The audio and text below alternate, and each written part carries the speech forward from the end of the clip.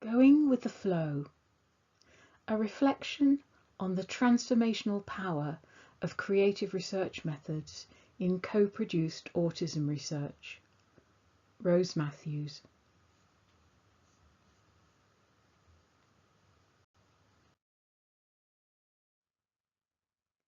Introduction. Joining the Bridging the Silos autistic menopause study enabled me to establish myself as an autistic researcher after my late in life autism discovery nearly 6 years ago. It has been quite an adventure. The confluence of research activity and creativity in phase 2 of our study conjured up a career renaissance, revitalising past passions and re-energising me. The synchronicity seemed almost magical. To give you a better sense of how this evolved, I'll read my prose poem, which ends with original water music. Then I'll show you my map and encourage you to reflect on your own creative journey.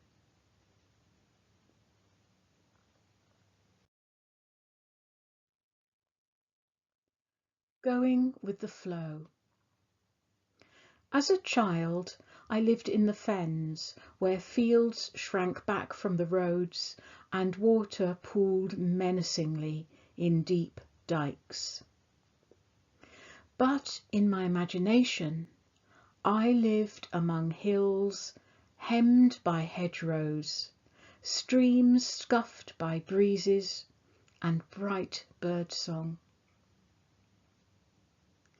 I painted and wrote easily, unself-consciously, prolifically. Pictures and words were my currency until confident spontaneity was educated out of me.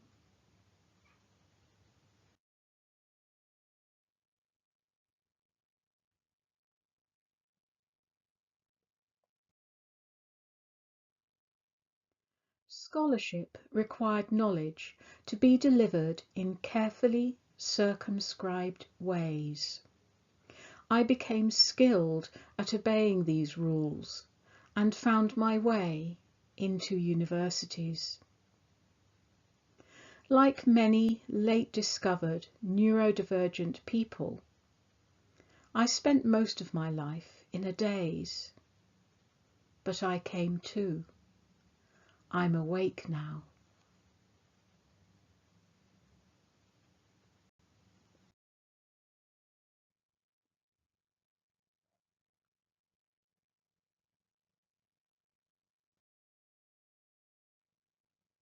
My academic career began with a torrent of enthusiasm for research and teaching. But all was not well within the academy. There were undercurrents of toxicity. Abusers were shielded by patriarchy and their income-generating ability. Institutions didn't want to risk damaging their world-class reputations. Battling against such a heavy tide of injustice proved overwhelming. So many people had their careers derailed or destroyed. Me too.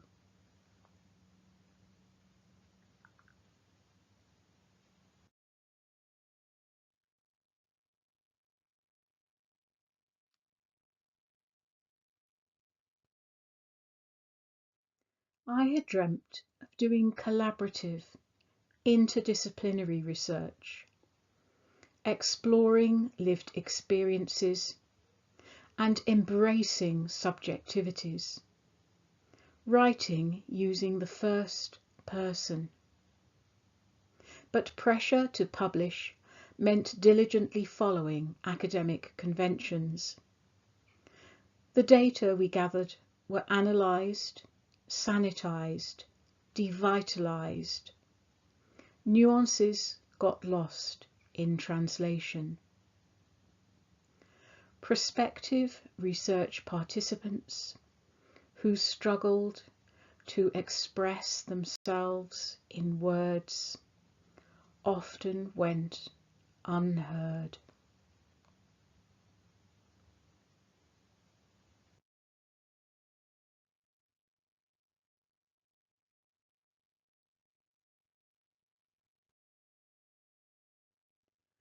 I found sanctuary in a safe academic haven where emancipatory researchers were open-mindedly embracing creativity.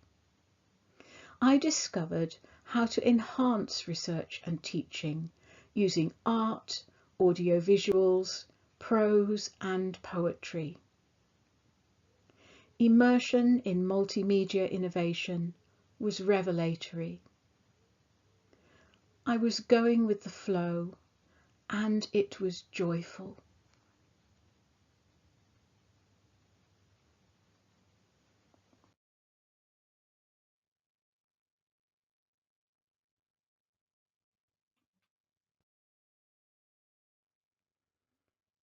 By my early 40s, my research activity had been consigned to the backwaters. Precarity had taken such a toll that I'd switched to a local government role for job security. In my free time, I studied for an ironic un-PhD on scholarship outside the academy. Sporadic employment in research-related roles tantalised me. It was only after the perfect storm of perimenopause had pushed me into a full-blown crisis, uncovering neurodivergence, that I emerged into a swirling whirlpool of opportunities.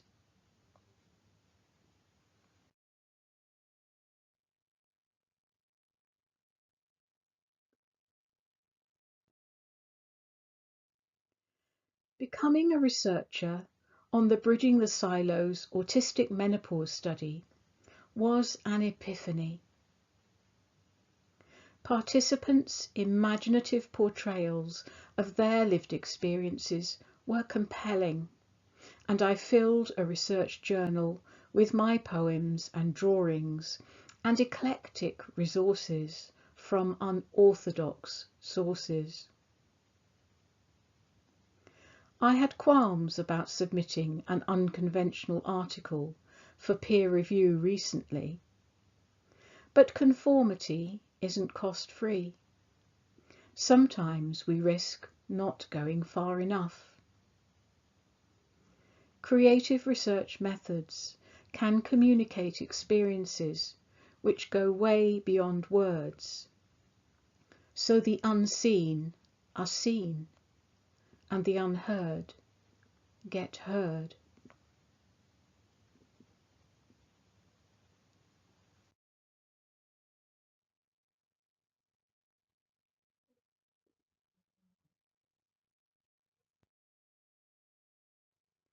Doing research again was joyfully liberating after the soul-destroying work I'd been undertaking. I flumed downstream, propelled by pent-up energy. This watershed moment marked the beginning of a magical transcendence. Hard-learned lessons have helped me to steer clear of hazardous toxicity. The sandbanks of procrastination and jagged rocks of rejection no longer hold any fear for me. I relish the synchronous intertwining of different strands of research activity, new projects bobbing up serendipitously, and the autonomy of not being bound to a single university.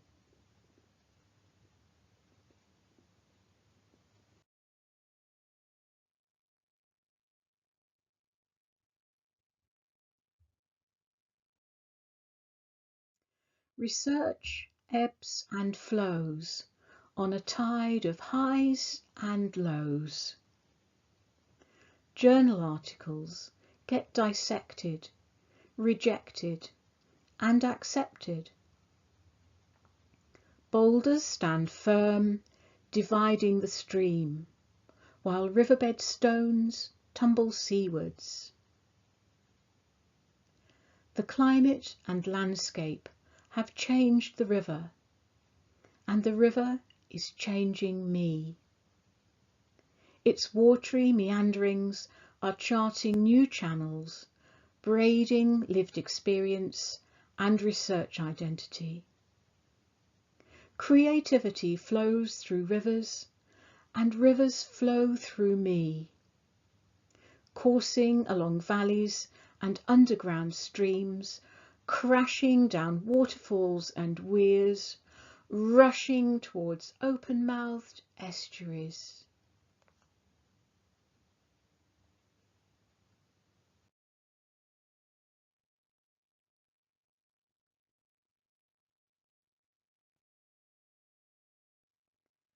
Buoyed by time ticking away and the urgent need for understanding, I am headed way beyond the brackish estuary, with its confluences of knowledge exchange, to the unbounded sea of enlightenment, where deltas of sense-making and self-discovery reach out to infinity. The threads that bind me to my work and my work to the world are fragile yet strong. I started out somewhere I didn't fit into, but I found a space where I belong.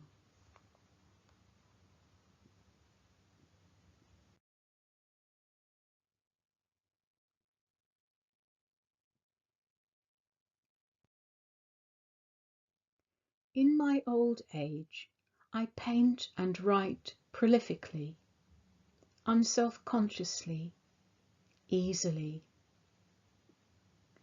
I live on a hillside, nestled among headwaters, tracing rivers from source to sea.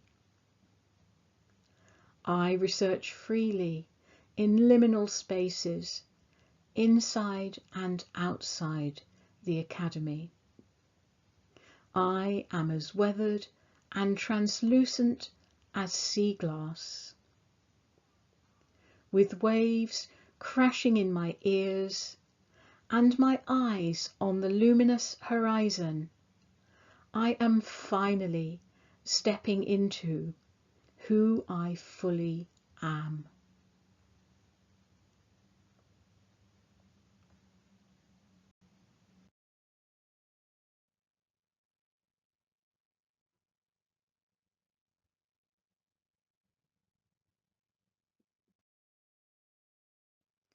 Take a moment to reflect on your own creative research journey. When do you struggle? When do you thrive? When do you feel most fully alive? While you reflect, I'm going to play a video which has music recorded by David Delahaye, an ecological sound artist. And this includes some sounds you may not have heard before, tiny invertebrate creatures underneath the surface of the water, and even the sounds made by plants moving their leaves around.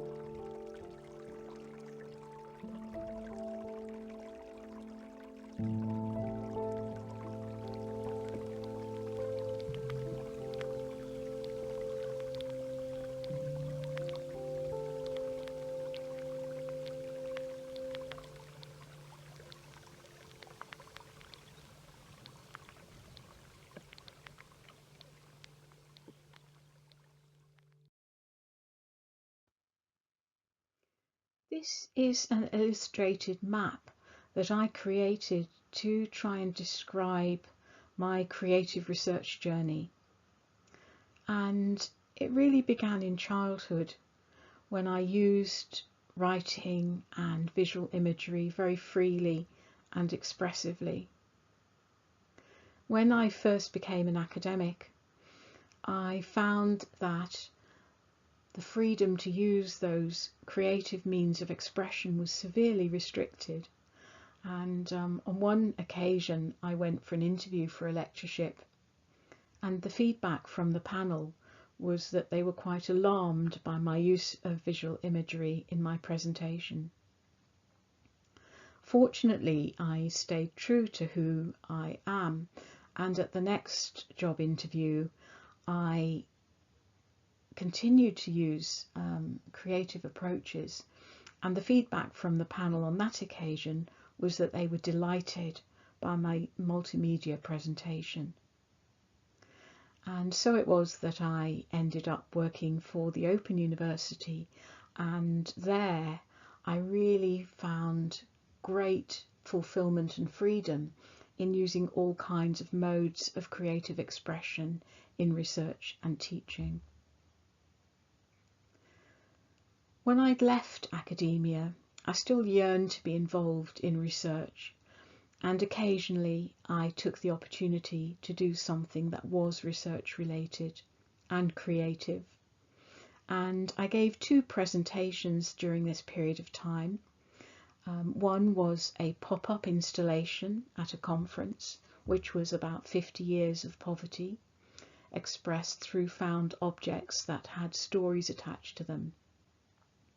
And the other was a poster at a conference, which was a very unusual poster. It was three-dimensional and highly tactile and unusual, not the standard printed poster that you might be more accustomed to seeing. And this was about creative approaches to academic writing, and it was based on some workshops that I'd been delivering at a university. But it was only after my autism discovery at the age of nearly 59 that my research career really got relaunched again, and I found myself in a swirling whirlpool of opportunities. And this has been transformative and truly magical. And in this illustration you'll see some of the strands of research activity that I've been involved in, which all interlink and intertwine. And through these I'm beginning to discover once again the fulfillment and freedom of expression of being able to use a range of media to describe what I'm discovering about research findings and about myself. And the sea to the right of the image represents where I'm headed, that kind of unboundedness of knowledge and discovery, and my next step on my creative research journey, which is to embark on a PhD.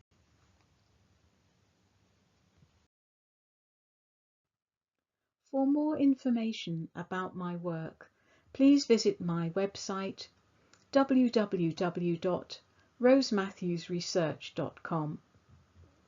The music in this presentation is by David Dillahay, ecological sound artist.